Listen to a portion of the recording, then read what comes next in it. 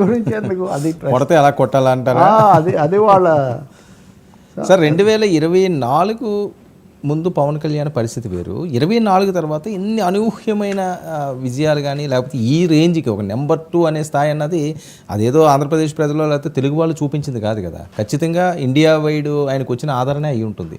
వర్మ ఎప్పుడైనా politics, performance, results, decisions, actions, they follow the personality. ఇప్పుడు మీరు ఏం మాట్లాడతారు, మీరు ఎన్ని లాభాలు సంపాదించారు, మీరు ఎన్ని సీట్లు సంపాదించారు, లేకపోతే మీరు ఏ విధంగా వీక్షకులను ఆకట్టుకున్నారు, లేకపోతే మీ చిత్రాలకు ఎన్ని కలెక్షన్స్, వీటిని బట్టి మీకు ఇది వస్తుంది తప్ప ఊరికనే రవీంద్రనాథ్ ఠాగూర్ ఒక కథ రాస్తాడులే, ఆ కథలో ఏంటంటే ఒక పెద్ద రాసుకుంటుంటాడు ఒక యువకుడు బాబాయ్ ఎవరో, అబ్బాయి వచ్చి అడుగుతాడు, ఏం బాబాయ్ ఎందుకు రాస్తున్నావు అంటే పేరు వస్తుంది, అందరికి కాస్త పాపులారిటీ వస్తుంది కదరా అంటాడు.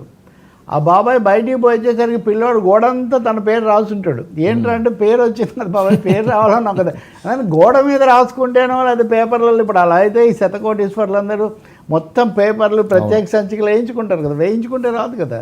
So performance decides everything. కాబట్టి రెండోది పర్ఫార్మెన్స్ ఉండాలంటే పొలిటికల్ డెసిషన్ సరైన సమయంలో సరైన నిర్ణయం తీసుకోవాలి.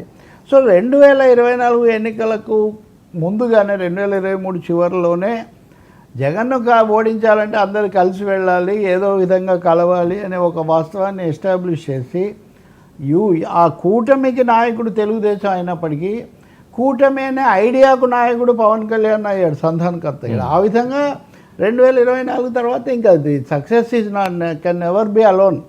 విజయం ఒంటరిగా రాదు.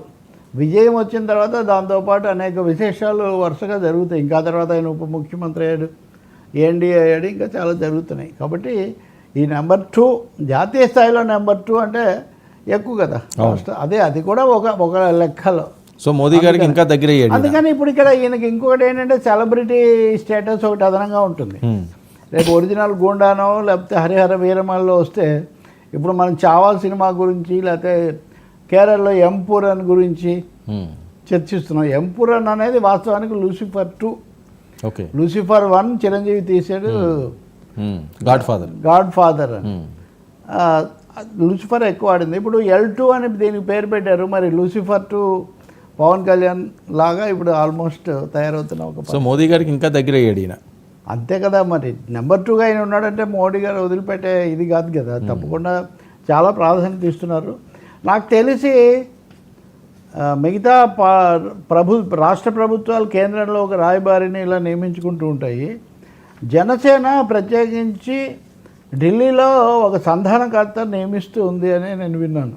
ఓకే, మోదీతో బీజేపీతో అనుసంధానం కోసం ఇరుపక్షాల నేతలు బాగా తెలిసిన ఒక పెద్ద మనిషిని ఎంపిక చేశారు, త్వరలో నియమిస్తారని కూడా విన్నాను. పేరు ఏమన్నా ఉన్నాయి సార్ లిస్టు? ఓ పెద్ద మనిషి అన్నాం కదా,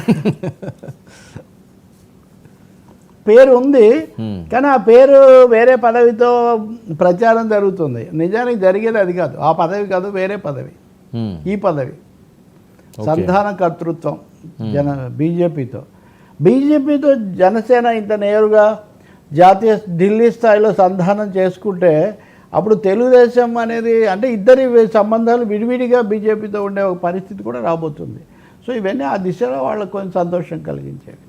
ఇంకోటి జన సైనికులకు లేకపోతే పవన్ అభిమానులకు తెలుగుదేశంతో సంబంధాలు ఎలా ఉండాలన్న విషయంలో వాళ్ళకు కొన్ని రకరకాల అంచనాలు, మనం కూడా సమానంగా ఉండాలని ఉంది. కానీ జాతీయంగా ఏం చేస్తాడన్నది పూర్తిగా పవన్ వ్యూహం మీద ఆధారపడి ఉంటుంది. అక్కడేమో ఆయనకు పరిమితులు లేవు.